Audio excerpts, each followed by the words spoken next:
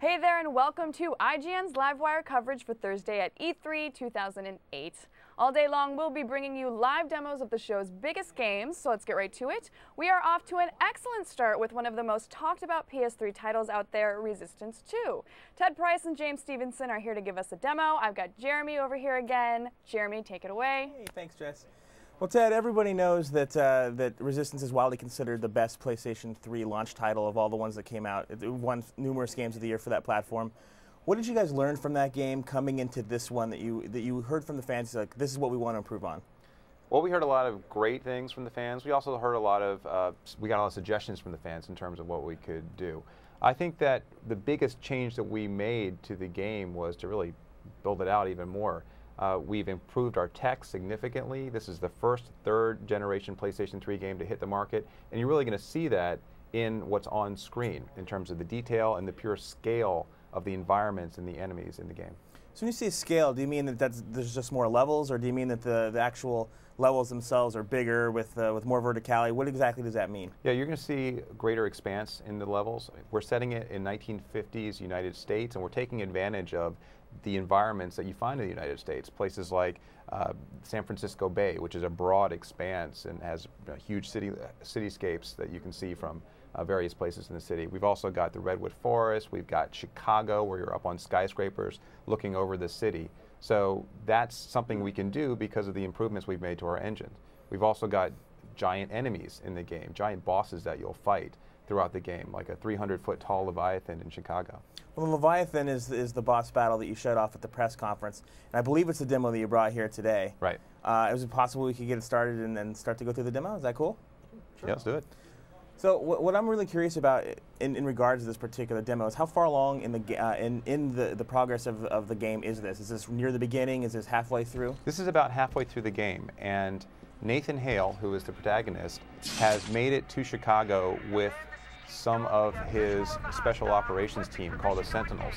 And what they've done is traverse most of Chicago to get to this point, but he needs to get to the hub tower that you can see behind the Leviathan. Unfortunately, the Leviathan, as you just saw, has been controlling air traffic. Maybe that's a polite way of saying it. And you got to get past this dude. But unfortunately, using your standard weapons doesn't have as much, doesn't have that great an effect. Now, one of the main questions that we got after the demo from people that mailed us, having watched it live, was how much of this battle is actually scripted and how much of it is user-enabled? Meaning, is it possible for you to die when Leviathan's throwing you around? It's absolutely possible to die. In fact, up on stage, I almost did. I was about a millisecond away from being squashed by this guy. And James has got to be careful here because he'll get squashed. Plus, so it's a lot about, it's about timing, it's about knowing where to go, it's about avoiding him just ripping you apart. Also, this is still early in terms of development. This building will be on fire and be driving you up through the building. So there's a lot going on in this demo. I played the first game quite a bit, and I played through it on normal, I played through it on the hard. One thing that really stuck out for me was just the fact that the enemies were so different from difficulty to difficulty. Are you guys exploring the possibility of doing something like that again? That way people have renewed replay as they go along? Yeah, replay has always been a big part of the games that we make, and so we'll make as much huge effort to come back and make sure that hard is very different from normal and so on. One of the biggest things that you guys are talking about at the show that a lot of the information came out yesterday is the multiplayer this time around. What were some of the aspects that you're bringing to the game this time you didn't have before? Well, first of all, we're introducing 8-player online co-op. That is its own campaign, its own story. In that mode, you'll be able to play one of 3 different character classes. Each character class has a progression tree where you can earn experience and unlock special weapons and gear as you move up. And then the multiplayer competitive mode is 60-player online multiplayer. And it's a big game. And what our kind of calling card for this mode has been, it's been massive battles, more intimacy. Because we know that if you put a lot of players out there, it can devolve into chaos very quickly. Right. So we have some mechanisms in place to keep the battle spread out and to make sure that people understand what they're supposed to be doing during the game. Is there any special content for co-op players that the single player doesn't get in terms of level progression or what happens? Yes. Do you have any examples of that, or no? We're unveiling more co-op in the next couple months. So for right now, we're just talking about the fact that it is 8-player online co-op, and there's a lot to discover in it. How about the weapons? Weapons were always a big part of what you guys do in general with this and Ratchet and Clank. And approaching the game this time, what were some of the new things that we can expect to see? Well, first of all, we're moving to a 2-weapon system. We had an arsenal that you could carry around with you in Resistance 1, and we decided to move to a 2-weapon system because it really allowed us to do more with the game's design and take the handcuffs off when it came to big, crazy weapons. Meaning that if you can only carry 2 at a time, you've got to make some tough choices, and that allows us as designers to structure our setups a little bit more carefully around the weapons that are available. But we do have brand new weapons coming into the game. We aren't showing a whole lot of them now. We are showing one here at E3, which is our high explosive Magnum. It's a Magnum 44, does a lot of damage, but it also has bullets that will stick into anything. Dead enemies, live enemies, walls, cars, whatever. And the cool thing is you can seed the environment with these bullets and then you detonate them remotely. So it's kind of a trap weapon as well as a great standard offensive weapon.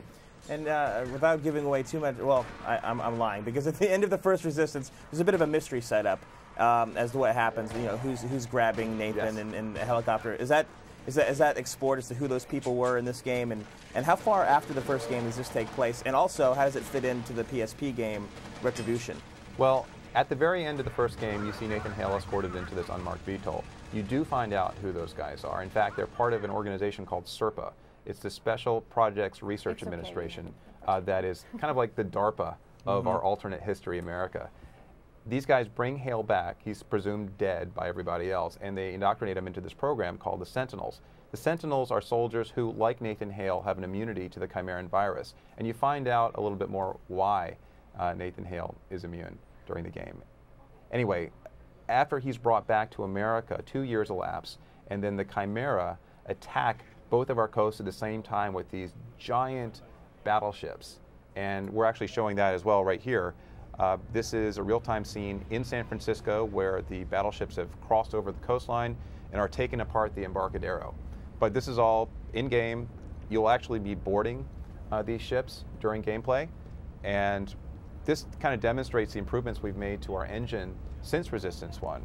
And we also had the benefit of Ratchet and Clank Future, where we could really tweak it even further.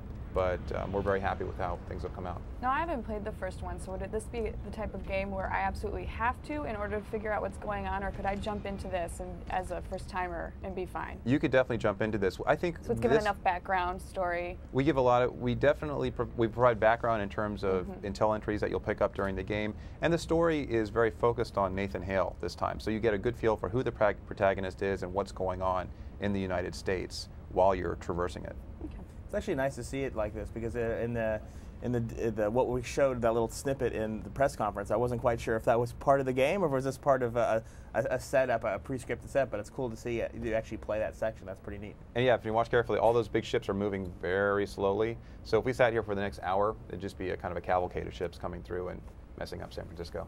Ooh, that's a nice little touch. It is. I like the detail. Hey, that's to me what makes a game, is the little details, in my opinion. The little things you just, you notice, and it just really helps to build the world. If you were to pinpoint one thing that separated this game from the first one, the major difference, what do you think that is? I think there are a lot of things, but if you have to limit me to one, I'd say it's scale. Scale in terms of the expansive environments, the giant bosses that you'll encounter in the game, and in terms of the multiplayer. We've got the 8-player online co-op, 60-player multiplayer competitive, a lot of big stuff in the game. So if you're a first-person shooter fan and you've got a PlayStation 3, this game has a lot to offer. We're starting to run out of a little bit of time, so is there anything, Jeremy, that you want to ask as a final question, or that you guys want us to see, or exclusive you want to give us, or anything? We're actually giving you one right now. Perfect. Well, let's tell us about this. This is the intro scene for Resistance 2, and it actually started with the ending scene of Resistance 1 and transitioned seamlessly into what we're saying here. This demonstrates a lot of the new technology we have in the game in terms of lighting, in terms of the shaders we're using, in terms of the wrinkle maps and the characters, because this is captured from the engine, this particular movie. And it also shows off the motion capture we've been doing. All of our all of our movie scenes are now motion captured, as well as many of the enemies in the game, and it lends this realism that we didn't get before. The one last thing I'll mention is we're using a really cool camera technique called InterSense. It is a camera that you can use in virtual environments, and the camera's motion is motion captured as well. So you get this very believable documentary feel for your camera motions that you can't get by just hand animating cameras. Nice. Yeah. Nice. Jeremy, last question? Yeah, when are you going to show it to the public for the first time? When anyone can just come in and play? Are you going to show it off at Comic-Con? You thinking a little further back? We haven't made any of those plans public yet. Okay. Yeah. All right, fine. That's a very nice PR answer. I like it. Hey, you know what? I take what we can get. That was a great demonstration, and it looks awesome. Thank you so much. And this was the perfect way to start off our final day of live E3 2008 coverage. Everyone at home, stay tuned for much more.